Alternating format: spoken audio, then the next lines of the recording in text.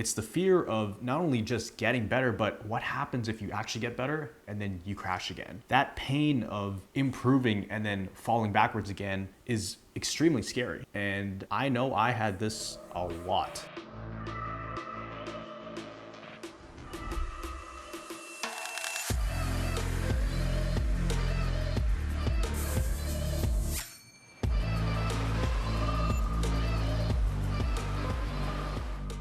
How's it going, guys? Miguel here from CFS Recovery. In this video, I'm going to be talking about fear recovery. Interesting, right? Interesting topic. Why would somebody be afraid of recovering? Why would somebody be afraid of actually getting their life back? Well, I'm going to tell you why. And there's a few different reasons, and I actually experienced this quite a bit. And this is very common. I know I thought this at first, especially when I was really sick. Because what happens is when you're really sick, you can't tolerate anything. And if you can tolerate things, you can tolerate things in such small amounts. And it only takes a very small amount of stimulus to cause you to get overwhelmed and feel a lot of symptoms and feel sick and get headaches and all these things. So it's actually very difficult to even imagine yourself living the life you were living before or living a normal life, right? It's hard to imagine yourself being able to drive again, doing groceries, having responsibilities, maybe working a job. It's the fear of not only just getting better, but what happens if you actually get better and then you crash again. That pain of improving and then falling backwards again is extremely scary. And I know I had this a lot because when I was having trouble just getting to the washroom and digesting food and even looking at a screen for a little bit, I would think to myself, how am I ever gonna drive again? How am I ever gonna hold a regular job again? How am I ever gonna be someone who can function as a part of society? And even just the thought of doing normal things again was extremely overwhelming. And that's really common. So if you're feeling that way, just know that you're not going crazy. This is a very common fear because right now, your brain has this sort of safety parameter around you. Anything outside of your room or outside of your house or any kind of responsibility, that puts extra pressure on you. And any kind of pressure will cause you a lot of stress, especially right now, because if you were to do any of these normal things right now, yes, you would probably feel a lot of symptoms come up. You might feel like you're crashing. So it's normal to want to actually avoid doing these certain things, but those things are a part of recovery. So it's the fear of handling a lot of responsibility again when you're having trouble just surviving through the day, just getting through the day. So when you start thinking of what a normal person does, it's actually probably 100 times more than what you might be doing right now.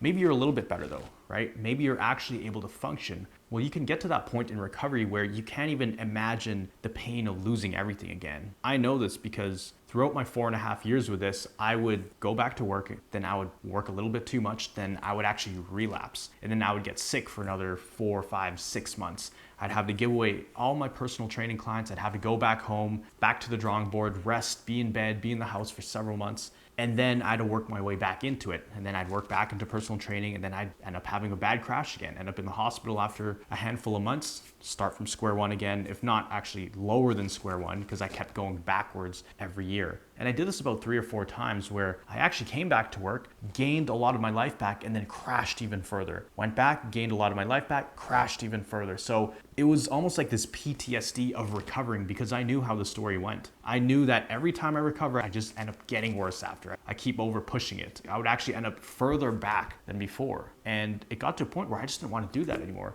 The risk of trying to get better and then going backwards hurt more than just staying the same. So there were times when I seriously questioned, should I just be happy with this current level of health that I'm at? Because at least I can function again. I don't want to keep falling back further and further. So even just thinking of being a normal person again, it was tough, right? But luckily there were things that pulled me out of that where I was able to start living my life again. Eventually I crashed because this is all before I met my doctor and I knew the ins and outs of recovery, how to have not just a temporary recovery, but like a sustainable recovery. So this is all before I met my doctor. But one of the scariest things is the level of responsibility that you have when you become a normal person again. Because if you take your current self right now and you put it beside yourself, 2, 3 years down the road when you're completely normal again, your future self is doing way more things, having way more on his or her plate. You have way more on your plate, you're busier, there's a lot more stress involved. Like the things I do today, if we wind back the clock 4 years ago to when I was just getting out of the hospital, if you dumped all the stuff on my plate right now, I would be an absolute mess. There's no way I would be able to handle even 1/50th of what I'm doing right now. My to-do list, I've shared it on my Instagram story. Let me show you one of my to-do lists. This is one of my to-do lists.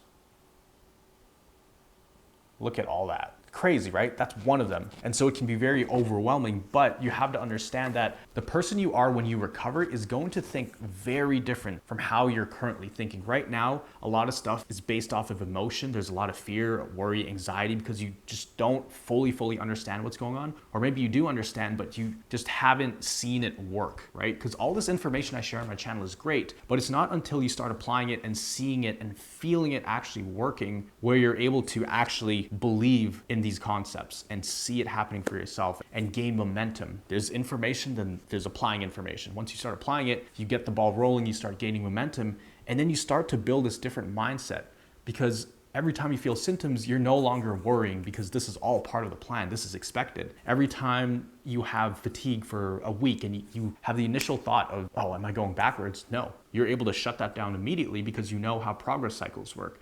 If you haven't seen that video, make sure to watch that video up here.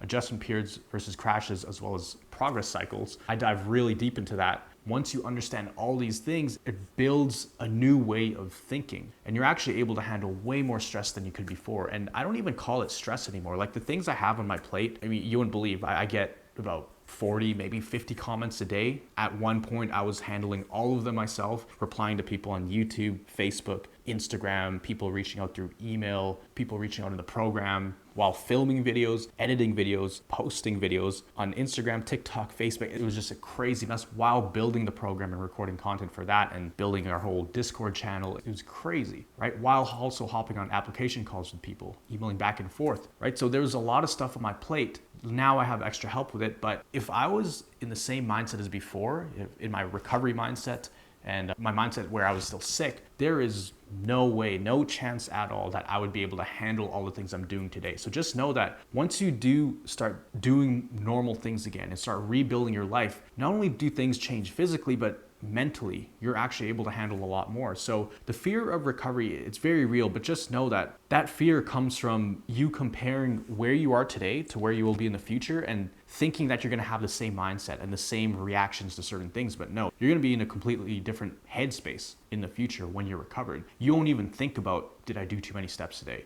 Did I spend too much time on the screen? Did I walk too much? Is going out with my friends tonight going to make me go backwards? No, that's not even a thought at all. So for example, for the last week, I've had many dinners with different friends, ate a bunch of really delicious food, probably not the healthiest, but back then I would be worrying about putting one piece of chocolate in my mouth. When I was at all these dinners, I wasn't thinking about any of that stuff. I'm thinking, I want that pasta, I want that pizza, I want that fried chicken, all of that stuff. And I didn't think twice about it. People with a normal mindset are not as emotional, whereas right now you're very emotional. So what you want to do is have these visions of the future, things you want to do, but just it's like a snapshot. You don't have to figure out exactly what you're going to do, how you would react if you were in that situation. No, just see the picture. That's where you want to be. That's kind of your North Star that you want to head towards. But for the meantime, focus on where you are right now. Focus on digging yourself out of this illness, climbing out of this illness, right? It happens little by little, but just like with exercise, you start very small, very simple and easy, and you slowly build your way up. When someone first goes to the gym, are they going to squat 200 pounds the first time? No, they're not. If they try to do that on day one, they would be terrified mentally, and two, physically, they would not be able to handle it. There's no way. But let's say they work up to that over a few months, or maybe even a year, over several months. Then they would actually be able to do that 200-pound squat like it's no problem. So just think of it that way, right? Of course it's going to be scary because there's no way you would do all the things a normal person would do, at least in your situation right now. But that's why you slowly build yourself up and build that momentum. It's really like exposure therapy for life. By the time you reach that point in recovery, you will have built all these mental skills to handle stress to be able to get there, or else you wouldn't be there, right? So it's little by little, it doesn't happen overnight. If you have the fear of recovery, just think of it that way. Once you start gaining traction and you know how to make progress, and your progress is consistent and predictable, that's when that confidence just goes through the roof and you don't have to worry about going backwards, right? There's this big fear I know that I had, at least a little bit, even after knowing all this information, that what if one day I just wake up and I feel like I'm hit by a bus? What if 1 week things just go off the rails? What if I go back to square one? It can't happen, because you going back to square one means that you didn't know any of this information at all. And that's when you're helpless. That's when you're kind of reaching for anything to pull you out of this mess, and you don't know what's going on. You're flailing around. It's like you're sinking in water and you don't know how to swim. Well, now you know how to swim. Now there is no excuse. If you fall backwards, you know that your anxiety plays a massive part in your symptoms. I'm not saying it plays all of the part, but it plays a big part in keeping that symptom cycle going. So now you know how to swim. Now you have a safety net, so you're never gonna fall to where you were before. Let's say you rebuild your life, up here, here. Let's say you have a super big adjustment period, really intense. You're not gonna fall back down to the bottom level where you were, because you being down there was you panicking, you freaking out, not knowing how to get out. So you might fall halfway, you might fall a little bit further than that. You're probably gonna fall just a little bit because you know the information to get out. This is your safety net. So just know that you have a safety net for recovery. A lot of the fear of recovery is the fear of the disappointment if you fall backwards again, if you crash and you get your life stripped away from you. And I was there before. So I hope you got some value out of this video. If you did like this, leave a like down below. Now, as always, we do a subscriber comment highlight. So in this video, we're gonna give a shout out to Valerie Erickson. Shout out to Valerie. She's also in the program. She's doing absolutely amazing. Keep crushing it, Valerie. So she says, I agree, do what works for you. This was about my video about should you do meditation for recovery? She says, I agree, do what works for you. If you can't meditate, it's better to do something else to relax, like listen to music. For me personally, I find meditation and breath work really helpful to calm my nervous system. I've been doing it daily for the last year. Yoga Nidra meditations are very stilling on the mind and body, and you get to set a positive intention. They really help me through adjustment periods. That's awesome. Really glad it's working for you, Valerie. In that specific video, I talk about how there's certain things in recovery that people say you absolutely have to, you must do, but that's not the case. The goal of meditation is to try to relax and clear your mind. If you can do that in other ways through meditation, you don't necessarily have to do meditation, because at the end of the day, it's the end result that matters. So if you can do that while playing music or playing piano or reading a book or listening to a podcast, then by all means, do what works for you. So I hope you all enjoyed this video. As always, remember, you are just one mind shift away from living life with thriving health. I'll see you in the next video.